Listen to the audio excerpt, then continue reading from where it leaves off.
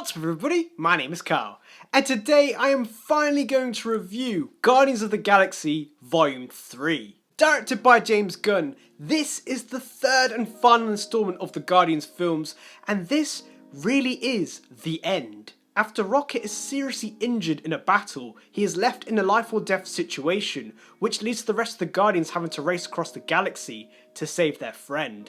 This leads them to discover Rocket's true origins, which is far from pleasant. Rocket Raccoon, voiced by Bradley Cooper. Man, this is definitely his film.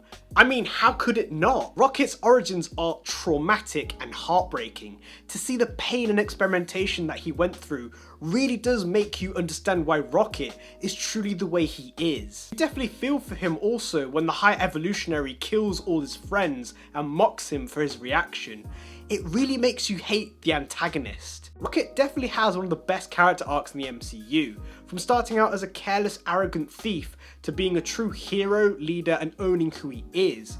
It really showed when he spared the High Evolutionary, even though we all probably suspect he dies anyway at the end. Star-Lord, played by Chris Pratt, I feel like he sort of takes a backseat in this film, which is understandable. Of course, he's still not over Gamora and is now trying to rekindle what he had with the new Gamora, who doesn't feel the same way. I do love how Quill puts his own issues aside for Rocket. He slumps out of his drunken state and steps up to lead the Guardians to help Rocket.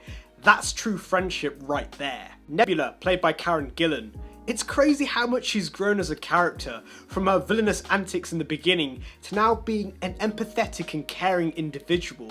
Mantis, played by Pom Klementieff, is for sure one of the most underrated characters in the Guardians team. She definitely proves to the others she is valuable and really utilises her empath powers. I love how by the end she decides to go on her own adventures as she no longer wants to serve under anybody. Drax, played by Dave Bautista, definitely is the heart of the group and probably the funniest one. Like Mantis, Drax proves to the group what he truly is capable of. I think Nebula says it quite well at the end of the film. You weren't supposed to be a destroyer, but a father. It was nice to give Drax a purpose. Groot, voiced by Vin Diesel. Damn, Groot kind of buff in this. But in all seriousness, Groot was epic in this. He had some cool fight scenes and moments. I love the scene where he jumps out of a window to catch Quill. That was such a cool scene. Gamora, played by Zoe Saldana. I liked how we got a different version of Gamora in this, a more edgy one. I liked how also by the end, she didn't get back with Quill. We don't always need the stereotypical romance, but it's nice that she at least acknowledged it by the end. High Evolutionary, played by Chuck Woody Iwuji.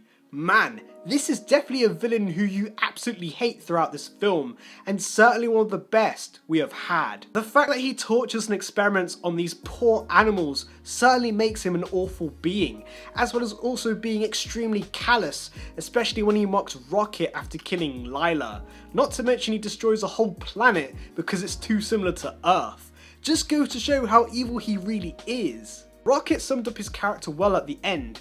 He didn't hate things because they weren't perfect, he hated them the way they were. It's ironic and also juxtaposes what the High Evolutionary looks like in that particular scene. He looks no different to his creations. Favourite sequences: Rocket, Floor Teeths and Lylla naming themselves. I really like how whimsical this scene is, as well as the innocence too. It's quite sweet when they all start naming themselves and the hope they all have. It's quite bitter, as it probably is one of the last times we see them all happy together. Rocket near-death sequence. Oh boy, this was a hard scene to watch. Rocket is my favourite character, and to see him nearly die was upsetting. Thankfully he didn't, but James Gunn certainly wanted you to believe he did. I love how Lylla and his friends visit him in the afterlife realm, with Lylla telling him that he still has a purpose to serve, and it's not his time to go. I'm pretty sure everyone breathed a sigh of relief when he awoke. Hallway fight scene. As fight scenes go, this was epic. We got to see everyone's capabilities from the Guardians in this fight sequence. I also love how they had Beastie Boys playing in this scene. Really hyped up the fight and definitely will make this scene go down as one of the great MCU moments. Rocket vs the High Evolutionary. Man, this was a tense sequence. You certainly hoped Rocket wouldn't get killed, and luckily, he survives again. I love how the High Evolutionary really tries to undermine him, but Rocket delivers a badass line, and BAM! Rocket has the power.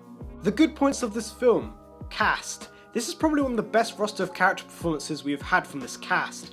There's so much heart, emotion and chemistry amongst everyone. Visual effects. Now, we've had some really poor examples of CGI and general VFX from the current MCU projects. This was fun! No! What is this place? The mirror dimension, where I'm in control. Are you okay? I no longer go by the name Astrid. I'm now known as Axel. Surprised to see me? I'm delighted to say that this doesn't exist in Guardians 3.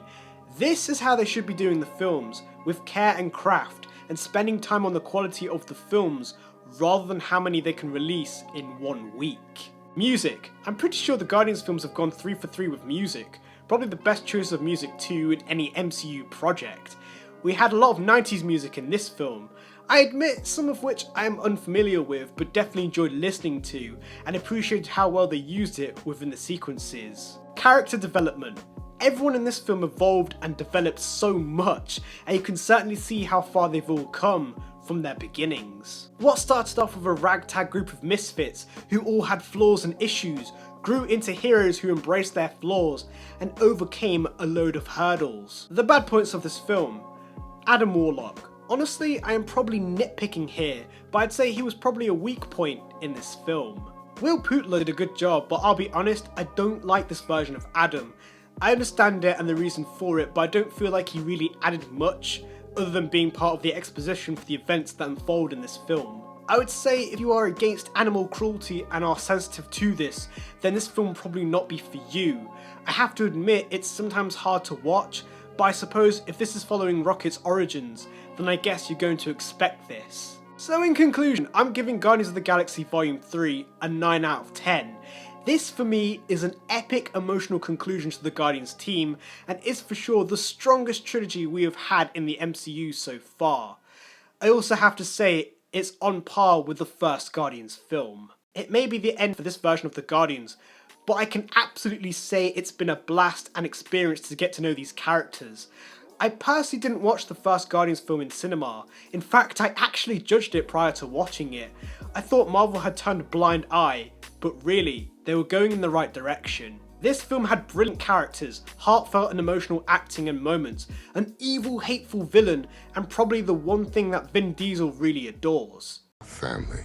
If there were any negatives, then maybe Adam Warlock may not have been a strong point, but I'm sure we have plenty of more stories with him where he can develop as a character. I just have to say, James Gunn, thank you for this film. Thank you for storytelling the Guardians of the Galaxy. They were brilliant. So comment down below what you thought of Guardians of the Galaxy Volume 3. Who were your favourite characters and what were your favourite sequences? Like and subscribe and I'll see you guys next time. Bye.